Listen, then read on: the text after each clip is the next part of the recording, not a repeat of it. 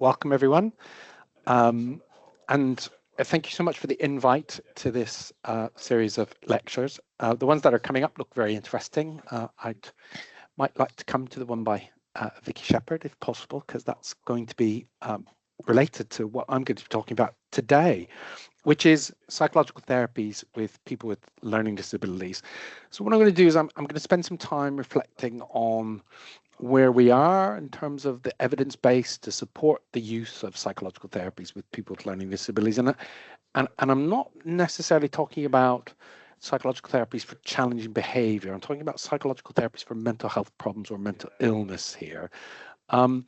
And then what I'm going to do is, having thought and talked a bit about the evidence base, reflect on where we need to go, what we need to do next, what are some of our challenges in getting there, and what are some of our possible solutions, okay? And just to also do a little bit of a plug, I've recently moved from the University of Warwick to join the University of Birmingham, and we've now established what is the Intellectual Disabilities Research Institute here at the University of Birmingham, very much part of the 125th anniversary celebrations of the University of Birmingham. And I also work as an honorary consultant, clinical and forensic psychologist in Birmingham Community Healthcare NHS Foundation Trust, where I'm also an approved clinician, and I work in the community forensic team. And that's a change for me, having worked for what was 24 years in inpatient services. So just to get us going, I just want to warm you up a little bit by, just as I'm sure so many of you know, we know that mental health problems and mental illness amongst people with learning disabilities is, and I should just say, I'm going to end up, I can't help it, using learning disabilities and intellectual disabilities interchangeably, as I'm sure most of you on the call who are familiar with and work with this population, they both mean the same thing. Just in Great Britain, we tend to say learning disabilities, whereas in the rest of the world, we tend to say intellectual disabilities. So we know that the rates of mental illness and mental health problems are substantially higher amongst people with learning disabilities relative to the general population. And that includes all people with learning disabilities, including children and adults. And certainly in a lot of the studies that have been done, in some of the prevalence estimates, up to half of the population of people with learning disabilities have been estimated to have a mental health problem or mental illness, which is quite concerning. And having a learning disability predicts having mental health, and the odds ratio there is you're 7 times more likely to have a mental illness if you have a learning disability, sort of very much demonstrating that actually this population has a lot of need when it comes to interventions to help with mental health problems and mental illness.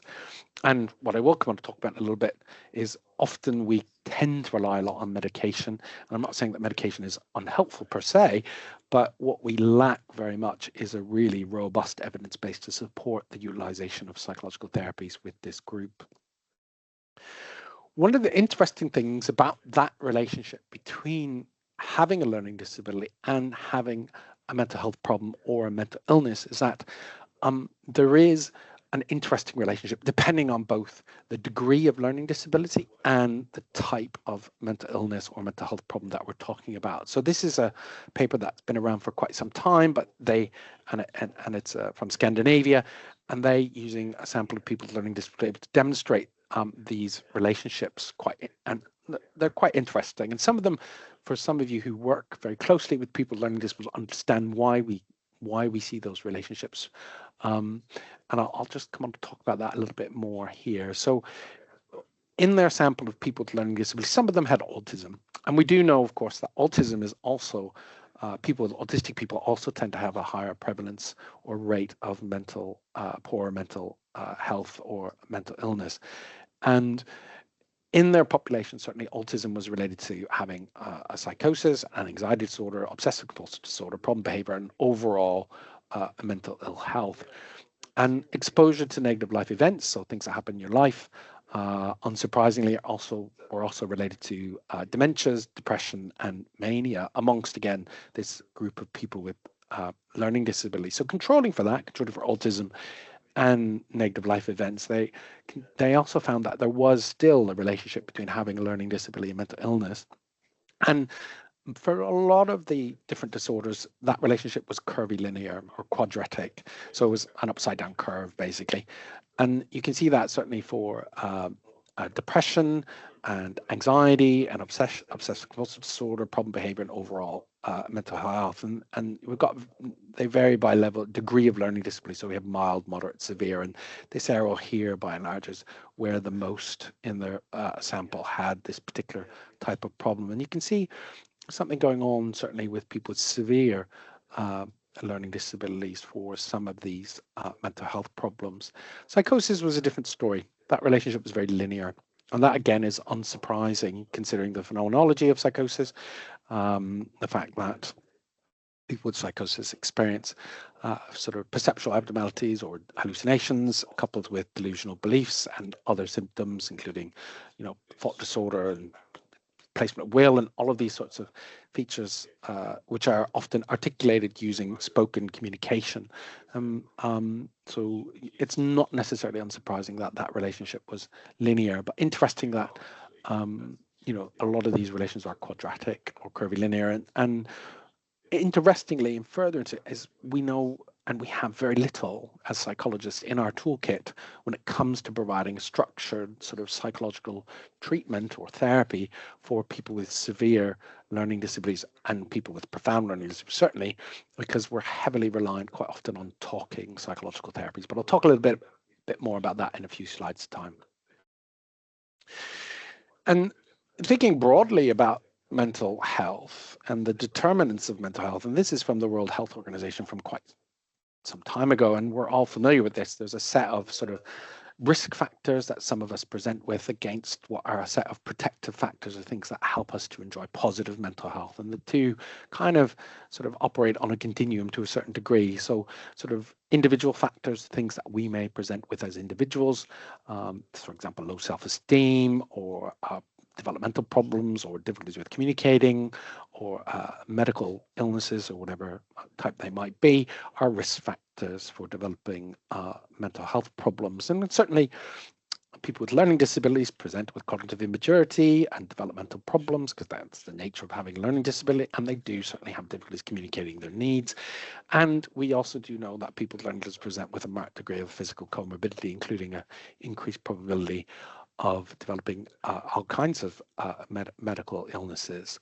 And again, there are social circumstances and environmental factors, which again are determinants in terms of working out what happens to someone's mental health. And again, the reason I put this slide up here is just to sort of sketch out, if you will, that a lot of these factors in terms of adverse factors are common amongst people with learning disabilities, meaning it's quite unsurprising, therefore, that this group do indeed have higher rates of poor mental health. And as I already said, one of the common treatments for mental health problems that are given to people with learning disabilities is medication. So if we look at some data for England from 2020 to 2021, just about a fifth of people with learning disabilities were taking an antidepressant compared to about a tenth of the general population. And there's some American data from a few years ago showing that up to 58% of people with learning disabilities will receive one or more psychotropic medicines, mainly for mental health problems or mental illness or challenged behavior. And of that 58, 45% were taking an antipsychotic. So very recently, Song and colleagues did some meta-analytic work trying to synthesize prevalence of medication or prescribing amongst people with learning disabilities, and their recent sort of published data show that between 35 and 46% of them are taking psychotropic medication, with the most frequently prescribed being antipsychotic medication, which of course comes with side effects. Next was antidepressants, followed by anxiolytics, hypnotics, and stimulants. And there has for some time in England been a national policy called Stomp and Stamp, which I'm sure some of you are very familiar with, which is very much about trying to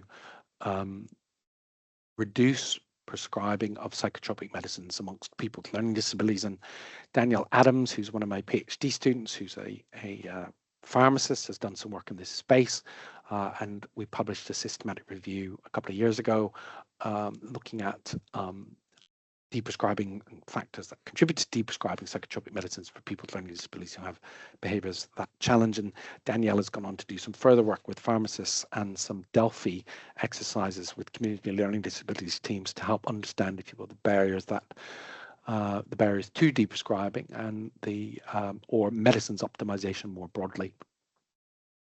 And again, just to mention my colleague Yanfu Chen, who's here now at the University of Birmingham in the same school as Idris, our research institute, is a pharmacist who was previously at the University of Warwick at Warwick Evidence, and together with myself and other colleagues, we were awarded some money by HTA to undertake some to do some synthesis work looking at how to optimize medication prescribing, and not just for mental health but for all medicines for people with learning disabilities. And there will be a report coming in the not too distant future, along with some peer-reviewed publications looking at some of the factors that have an impact upon ensuring medicines are effectively optimized when taken by people with learning disabilities. And obviously there are some things which I'm sure you can guess are very important for this population, specifically, information about the medication, when to take the medication, how to take the medication, and of course the important role of carers and comorbidity, amongst other factors and issues.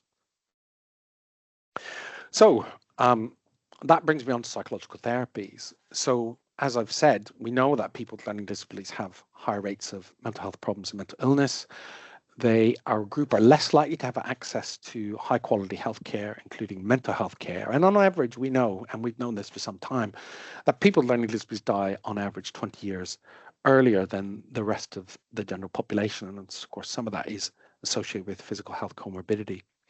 Many will take psychotropic medicines for their mental health and or their challenged behavior. And of course, there is no doubt that some of this is helpful and required and needed. And I'm not saying that people shouldn't take medicine. That's not what I'm saying. What I am saying is that, in addition to, we need other interventions that potentially complement or may help reduce the amount of medicine, or completely help some people from, not to take medicine for their mental health. But the evidence base around psychotropic medicines for this population as well is poor, and that's very much due to a lack of well-designed trials. There aren't that many trials out there that have looked at whether or not psychotropic medicines specifically work with this population. There are some recent trials that have been completed, for example, involving some people with neurodiverse conditions in England, which, for example, the Strata trial, which is they're still in follow-up, but that's run out of the University of Bristol, was looking at sertraline as an anxiolytic for autistic people who have anxiety disorders, and that will report in due course. And a lot of the psychotropic medication is prescribed not necessarily for mental health problems, but for challenged behavior. And this includes children being prescribed antipsychotic medication for challenged behavior. And of course, these can cause side effects. And certainly in some people, they'll end up with metabolic syndrome and diabetes and other unhelpful side effects. So there is a clear need for psychological therapies to help this group. But historically, there's been not as much interest in offering talking, if you will, psychological therapies to people with learning disabilities. And there's been an assumption, and this is a reference or a group of references that have been knocking around for a long time by Anne Hurley, that this population cannot benefit from talking psychological therapies because they have a disability. Arguably, that's not the case, but certainly Anne's view some time ago was perhaps assumptions, discrimination and stigma that existed amongst psychologists and mental health staff probably contributed to our unwillingness, if you will, to offer or develop or adapt psychological therapy for use with this population. So thinking about that and thinking about what you might need if you're going to go and have psychological therapy yourself, or what kinds of things. And I'm thinking more or less here about cognitive behavioral therapy, but of course that's not the only structured psychological therapy that's out there. But regardless of whichever talking psychological therapy you're going to choose to use with someone, communication is core. So that the pragmatics of that discourse within that social interaction that you're having with your therapist is a key mechanism in the context of that relationship that leads to change. And we often think about talking psychological therapy as comprising specific change events or important things that happen which bring about change for an individual. And these often include or involve somebody communicating a problem state, something's not quite right, leading to a therapist to attempt to develop collaboratively some sort of resolution using their techniques and skills that are, again, part of that mechanism change, well described, no doubt, in somebody's logic model, each responding to each other, leading to an eventual outcome. And also within that, there has to be a therapeutic relationship or an alliance between the client, service user, patient, whatever language you want to use, and the therapist. And that includes effective attunement and communication. And they have to adjust and change as the therapeutic process unfolds over sessions and renegotiate it as and when is needed. And of course, anybody coming for therapy hopefully is motivated to change. And certainly for cognitive therapy and certainly some other therapies, you do require a degree of flexibility in terms of thought, and you need to be able to perspective take to understand not only your own mental states, but the mental states of others, and to be able to predict to a certain degree how someone's mental state may change following additional information or a change of action or behavior or appraisal in and around a particular situation. And that, of course, incorporates as well mentalization skills. And if we are thinking explicitly about the cognitive model, you'd want to ensure that the individual understands that well, as is in cognitive therapy. And with that comes some skills teaching. So you're actively teaching people skills in the context of therapy. And this includes, for example, helping people to recognize what a thought is, which is a very abstract thought for most of us. I asked you to right now sort of tell me, define very clearly what a thought is, you would struggle. If I asked you to define what a thought is so that somebody with learning disabilities understands what a thought is, you would find that even harder still. But also there's feelings and behaviors, and we need to be able to define those clearly when using cognitive therapy with people that we're working with. And we need to understand the difference between them and how they interact.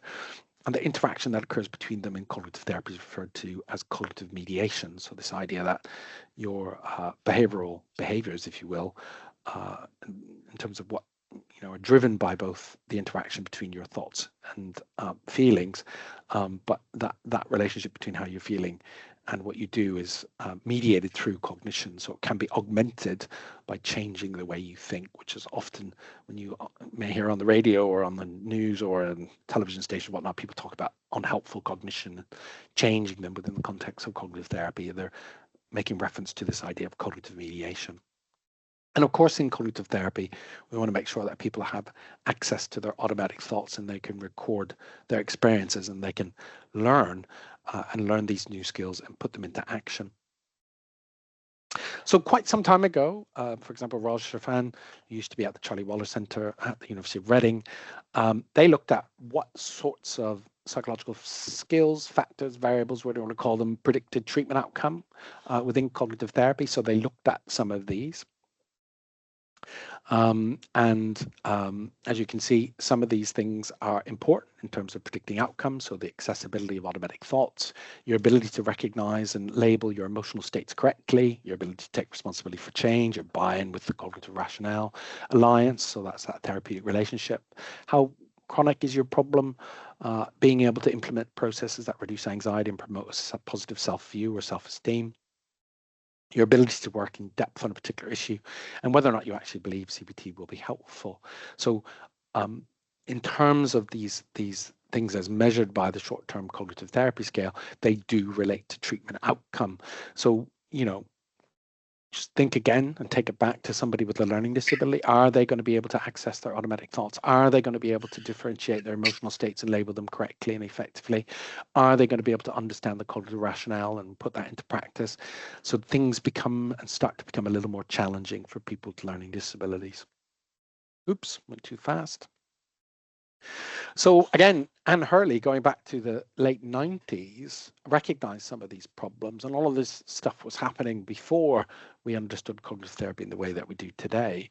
But Anne was suggesting that actually psychotherapy more broadly, not cognitive therapy per se, could be helpful for people with learning disabilities, and we could adapt it. We could adapt it by simplifying our language and using our language difficulty, bringing in additional activities to help make therapy engaging for people, adapting it to meet the developmental level of the person that you're working with, using a much more directive style, so telling people what to do a little more, paying attention to transference and countertransference, understanding the nature of the disability and working in the context of a rehabilitation model, making use of more flexible methods to meet their needs. Again, you might call this person-centered, and involving carers or caregivers in the therapy process or in the actual sessions.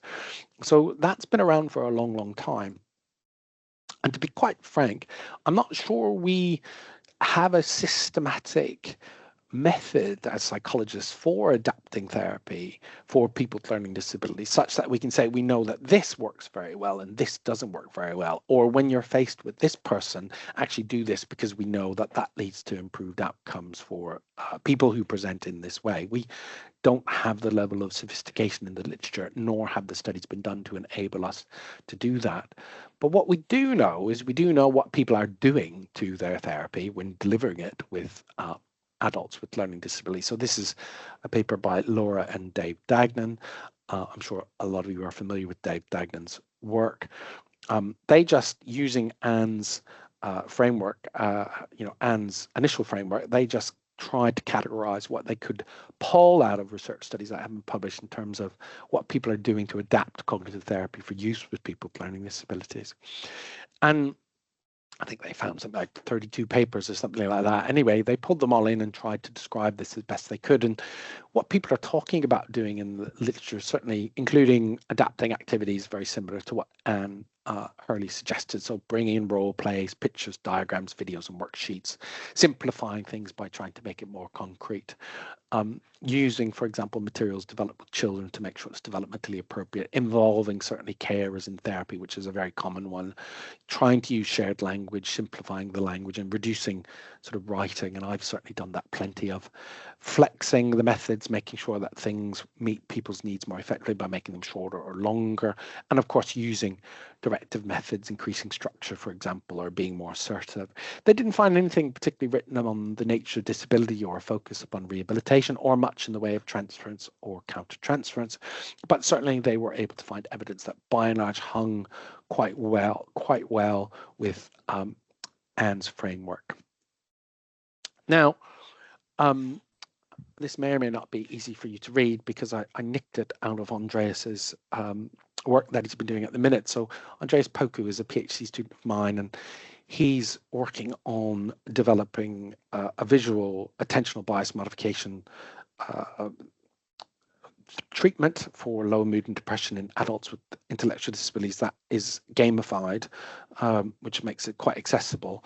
And as part of his PhD, he was doing work not too dissimilar from what Dave has published here, but what we've done has gone a bit broader. So we're looking not at cognitive therapy, we're looking at all therapy as best as possible. And this is just some of his codes that he's been doing. He's been using framework analysis, starting with the recommendations by NICE. And just in case you're interested, so quite some time ago, NICE did make some recommendations about how you should adapt psychological therapy for people with learning disability. Some of those recommendations are, based on what we know at the time back then and expert clinical consensus, but nevertheless, they are there and they do make sense. So we started with that and then went a bit further afield. So we managed, or Andreas managed, to find 116 studies that described, so many more studies than what Dave found, described some sort of adaptation to a psychological therapy for people with learning disabilities. And this is just some of his content analysis work where he's categorized them.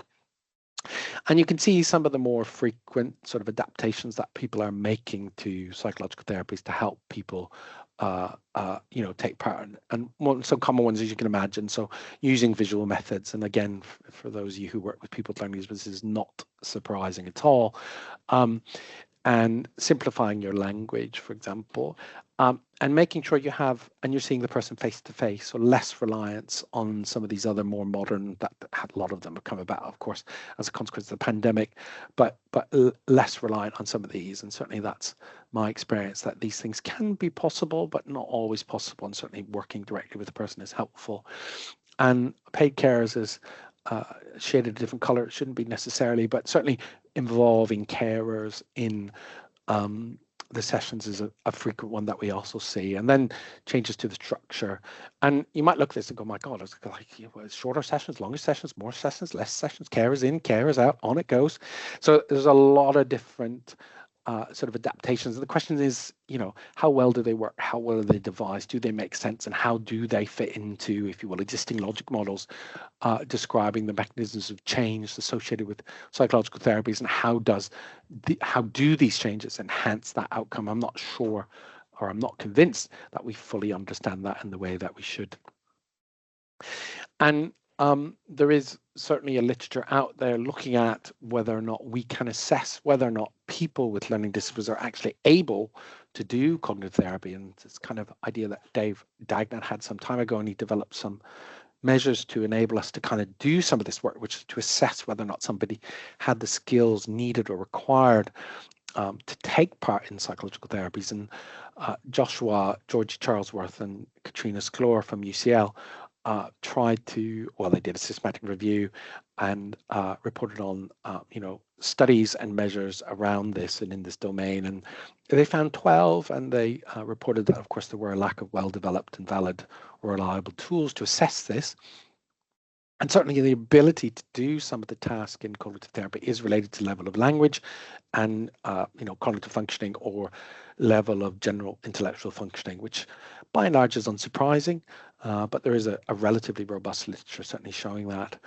And while it does seem sensible that you might be able to do this, it isn't really clear how training in some of the therapy skills, so this idea of I'm going to teach you to recognize emotions and label emotions, and that's going to improve your ability to do therapy.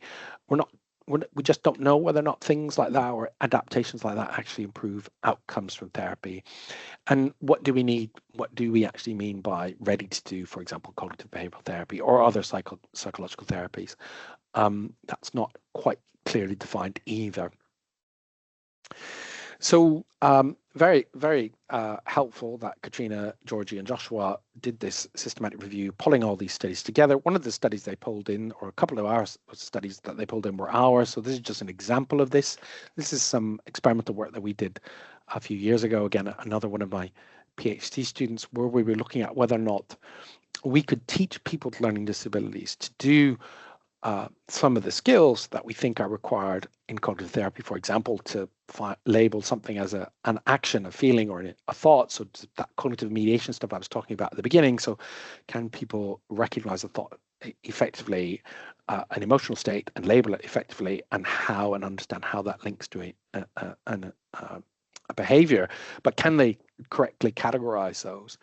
So what we did was we designed a computer-based task to teach people these skills. So again, a little bit of a sort of game-like, but it wasn't that sophisticated, although things did move around the screen.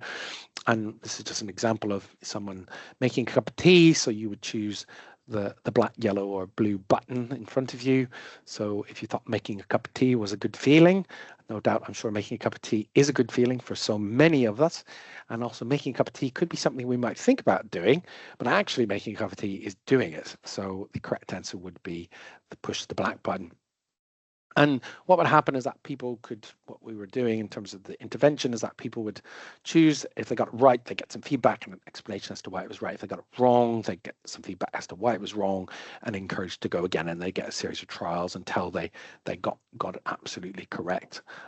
And so anyway, we randomized people. So it was and the interesting thing about this one, it's a randomized controlled trial is the methodology we used, but it was double blind.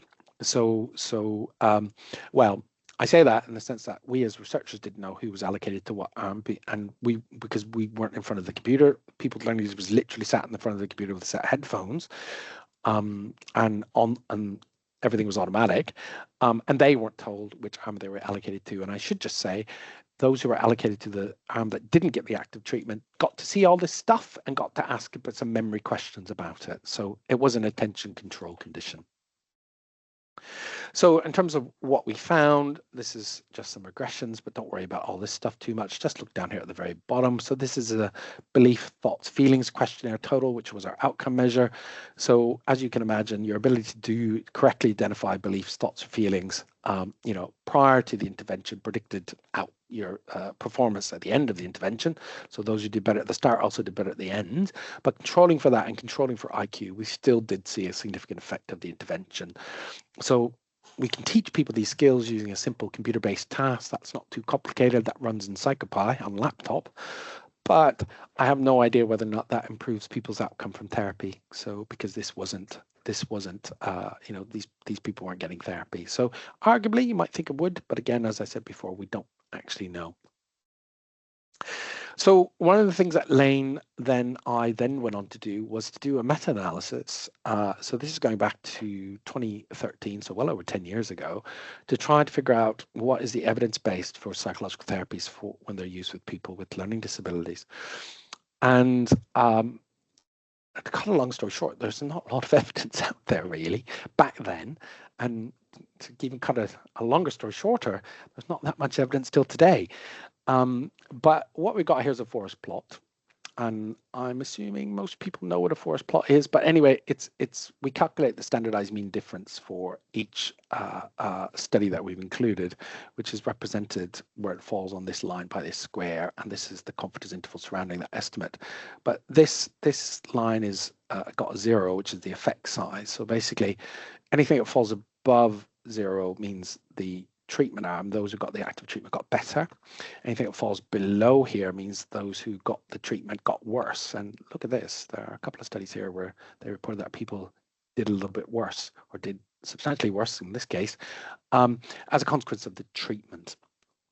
And if you look on this side, they're all over the place here. So it's, there's it's kind of all over the place, to be honest. And what we've got here is, this is a subgroup analysis. So we've got studies where folks were randomized, and we got studies here where folks were not randomized. So our overall estimate of effect was 0.555, which is, just moderate, just at the bottom end of the moderate range. However, our non-randomized studies are 0.84, which is very large.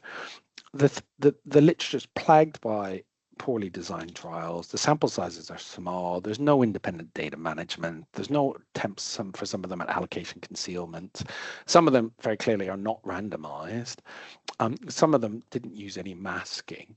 So, there's a lot of sources of bias. So heterogeneity was a problem. And we were plagued by small sample sizes. So while there is some suggestion that this could be working, it's not clear. We couldn't really conclude firmly that the evidence was really robust for using psychological therapies to help people with learning disabilities with mental health problems. So we decided to update this relatively recently. So it's a couple of years ago. It's in Comprehensive Psychiatry. It's free to download.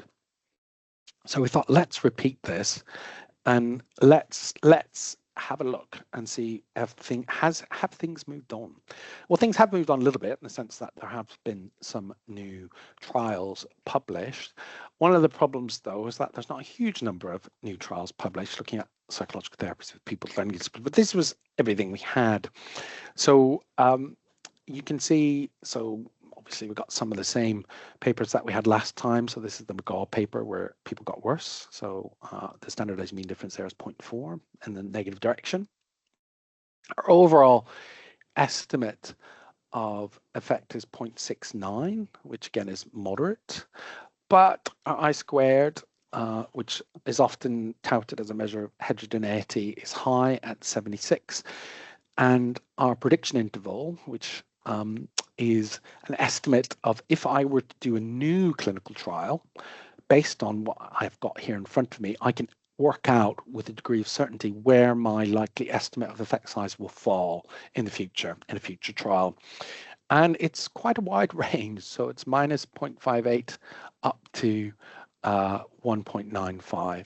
So this is quite a big range. And the other thing, just to say, there was a symmetry. I'm not going to show you all this, but there was a symmetry in our funnel plot. We're plagued by small sample sizes, and you look at the sample sizes of these trials. So we've got 11 to 10, 12 to 10, 7 to 7. These are very tiny trials. So the biggest trial was one completed at the University of Swansea by a man named Paul Wilner some years ago.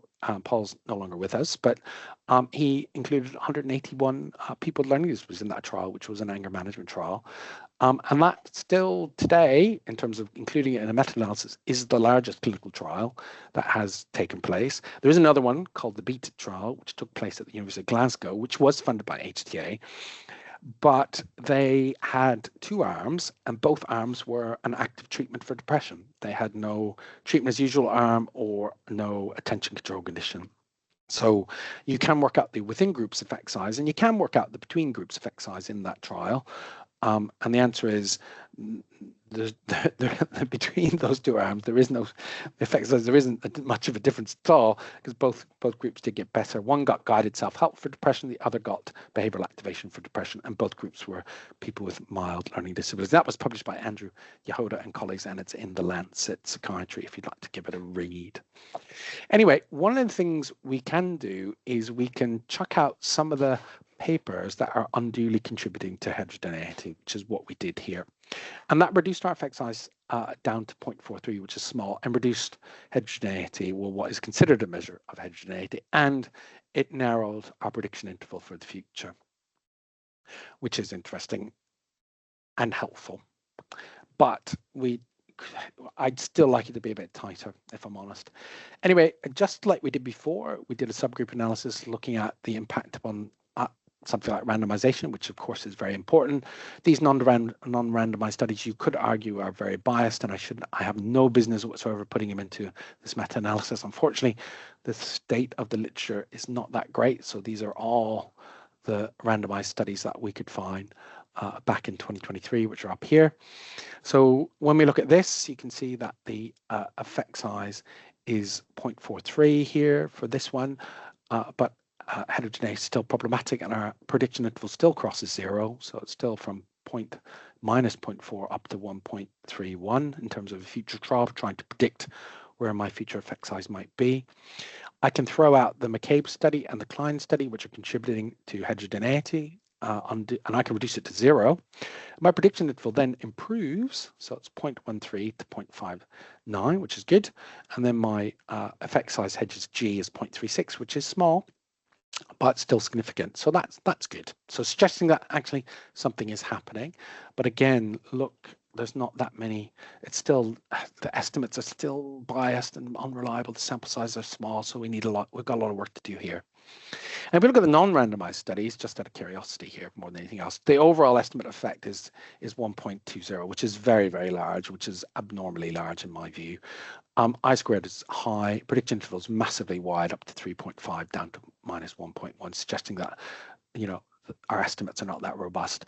I can, throw some of the studies out and repeat it. I should have highlighted those. I forgot to, that I threw out when we redid this. And I can reduce I-squared to something that's tolerable. But again, the effect size is very large, and my prediction interval is also very wide ranging. So again, problematic. Take home message here. What am I telling you? Oh no, I did highlight them just in the wrong place. Take home message from this: effect sizes varied widely across our studies, and there were too many studies with small samples. I-squared and our prediction intervals were of concern, and initially it always included 0, did our prediction interval, except for just one of our having left out a couple of studies, a few studies from our subgroup analysis just involving randomized trials. Study quality was a concern, so we did do a quality appraisal, everything very thoroughly. We did note significant problems with the lack of allocation concealment, blinding, small sample sizes, lack of diversity in the recruitment process, lack of fidelity checks around the intervention, a lack of clarity about adaptations to therapy, and that was a big thing. It was difficult to work out how therapy in some of these studies had been adapted for use with people with learning disabilities. And there was a very clear need to develop a greater understanding about the adaptations that are made. My argument and our conclusion is that our estimates of effect size in this space are uncertain. They are currently biased, but I'm not saying that therapy isn't effective with this population. That's not what I'm saying at all. I'm saying that we can't make a judgment as to whether or not it's effective or ineffective, because we need better designed clinical trials, which hopefully is starting to happen, certainly in England, Wales, and Scotland. Undertaking clinical trials with this population is really, really tough. And that is a contributing reason as to why there are so few trials in this space. There's a much broader reason, which is more likely to do with funding and the inaccessibility of funding for this population.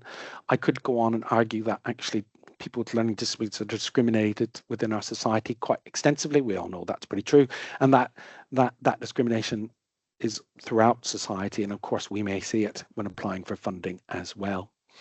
Very, very recently, we've got a group from the United States who just last month had a paper come out looking at why it's so tricky and why gatekeepers are such an important hindrance when it comes to trying to recruit people with learning disabilities into research studies. What they reported, having done this systematic review, was that gatekeepers, by and large, when they see the value in a clinical study or a clinical trial, they see it as a way of giving people a stronger voice, and they help facilitate people with learning disabilities to understand research and get people to take part in research. When gatekeepers don't trust researchers, don't see it as a priority, or make assumptions about whether or not people with learning disabilities can actively take part and or benefit from research, they discourage people from taking part, and it becomes very difficult to get people to take part in research. And of course, one of the other things that they did point out was that often it takes a bit more effort to recruit people with learning disabilities into clinical trials. So a lack of resources, not enough time, or lack of policy alignment with your organization or their organization is a real issue. So if your organization is busy doing something else and doesn't see research as a priority, or just doesn't align with your policy within your organization or the social norm within your organization, people tend not to value research, and therefore it becomes much more difficult to recruit people with learning disabilities into trials. Some of the solutions that they suggested was that actually, you need to be clear with gatekeepers about the research and your activity that you're going to do, and provide good education and develop positive relationship with them. And if you can, directly go to people with learning disabilities, go around the gatekeepers and get high quality information in front of people with learning disabilities to let them and promote them advocating for themselves, which of course I am a fan of. And Vicky Shepherd is going to talk next time, but she's somebody who's done a lot of work in terms of trying to recruit people who lack capacity into clinical research and clinical trials. We've also done some work in this space as well, but this is just some work that she published a few years ago, looking at some of the barriers and facilitators to trying to improve or include people who lack capacity consent to research in trials or clinical studies.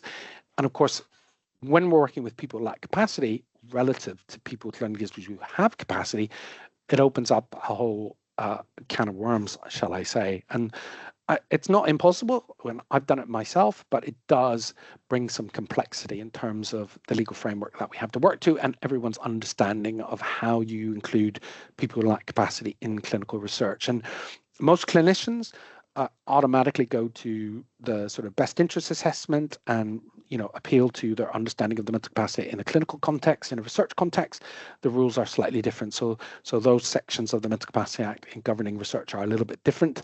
The capacity test is the same, but how we make a decision as to whether or not we're going to include them in research is different. So Vicky Shepherd is somebody who's done a lot of work, and you have a lot of expertise at Cardiff in and around the inclusion of people who lack capacity in clinical research, and this of course includes people with learning disabilities. And certainly in terms of facilitating this group into clinical trials and research, certainly ensuring that you have a flexible trial design, good communication processes, lots of good experience, and you've got, you can understand the Mental Capacity Act quite well, and you're providing good high quality training to all of those around you in terms of trying to get them involved in your study. As I said, we've also done quite a bit of work in this space. So we had some funding from the Nuffield some time ago to look at sort of including adults with conditions that have the potential to affect capacity, not just those who have capacity, but also those who have communication difficulties, including, if you will, people with learning disabilities, but not just people with learning disabilities. We're also talking about people who've had strokes or other sorts of conditions, whatever they might be, including mental health problems, into research. And this is a mixed method study that we undertook, looking at all of our studies that we did in the study where we triangulated findings across all of our studies published in the BMJ Open. Do please have a look if you're interested. But one of the things that really came out from our work was that people with communication difficulties, including people with learning disabilities, I talked very strongly about how they should be included in research just like they should be included in our wider society. And taking part in research for them promotes advocacy, autonomy, and gives them a voice. And they were very vocal about that. And they were also very clear with us in stating that excluding us from clinical research is a form of discrimination, and we're not going to stand for it. So I will applaud them no end, and I feel very strongly that this population does also need to be given a fair opportunity to take part in clinical research just like anyone else, especially considering that this group do by and large have a marked degree of comorbidity. Okay. And one of the things that we also did was we did develop some guidance, some training, which is free if researchers want to do that in the Mental Capacity Act. The link is very cumbersome. I do apologize for that, but it will be in my slides. And if you do email me, I can email you the link as well. But this is free. You can work your way through the guidance to help understand how to apply, or how, people who may lack capacity or communication difficulties in clinical research. And I realize I'm running out of time, but I'm almost done. I just wanted to tell you a little bit about this. This is from one of our current clinical trials, and this is due to be published in The Psychologist. And if I know there are psychologists on the listening in today, so we all, if we remember the BPS, get a copy of The Psychologist. This will appear in The Psychologist online, but I'm the chief investigator for a clinical trial where we're trying to recruit people with learning disabilities who have a trauma history, have PTSD or complex PTSD to be blunt, not just a trauma history. And we're randomizing them into receiving EMDR or treatment as usual. And we've really struggled to recruit sufficiently to time and target for this clinical trial. We have got there now, but we really struggled. And we've written a piece together with some carers and together with people with learning disabilities, which is going to come out, which is about inclusive research and including people with learning disabilities. This is just Ben, who is the son of some of our carers, who was at Winterbourne View. And I should tell you, I had permission to tell you all about this, so don't worry. But he was very, very severely physically assaulted and has PTSD. But the family still cannot get access to evidence-based psychological therapies for their son, and it's a real problem. And they are very, very vocal about it, and I cannot help but share their view. And here we are doing a clinical trial just about this sort of stuff. And struggling to recruit. And as the families will say and said repeatedly to us, but so many people talk about trauma in the lives of people with learning disabilities, and then here comes a NIHR fund, a clinical trial like this, and it's very difficult to recruit. What is going on? And then we have some ideas as to what went on, but I should just say we have successfully recruited now, and we've just exceeded our target, so we're definitely very pleased. And there's many more studies to come, and there are many more studies happening. So these are just some examples of studies that have been recently completed or are still ongoing. The Trauma A trial is the one that I just mentioned. Beams and Spirit were 2 feasibility studies testing psychological therapies for people with either children or adults with moderate to severe learning disabilities who have anxiety disorders, which are hopefully going to go on to become a funded definitive trial in the not too distant future. The My Diabetes and Me study is being led by Lawrence Taggart from Northern Ireland, and they're also struggling to recruit. But hopefully, it's not that they're not recruiting, they're just not recruiting to time and target in the way they anticipated. PEDAL is led by Angela Hasiotis at the UCL, which is again looking at aggressive behavior in people with learning disabilities. The HASBID ID is a forensic trial that I'm part of, and Beta 2 is a psychological therapy for low mood and depression in people with severe and profound learning disabilities based on behavioral activation, which is currently a pilot trial, and again hoping to go on and do a definitive trial in the future. But things are changing, the landscape is changing, but what we certainly do need is lots of people like you who are willing to get involved, who are willing to become principal investigators, who are willing to help recruit, who are willing to get trained up as therapists and take part in clinical trials like this and help contribute to developing a very robust evidence base that hopefully leads us to conclude that psychological therapies can be used effectively for and with people with learning disabilities, and eventually very clearly in NICE guidance. And of course, we're all doing this work because we want to do the best that we possibly can for people with learning disabilities. And I'm sure all of us, we could go into these jobs because, especially when we work, those of us on the call who work with people with learning disabilities, I know that we all go into this job because of that. And as part of that, we have a responsibility to make sure that what we do is very, is drawn on the latest evidence, the best evidence. And the only way to do that really is to get involved and help create the evidence. So on that note, I will stop there. Thank you very much for listening.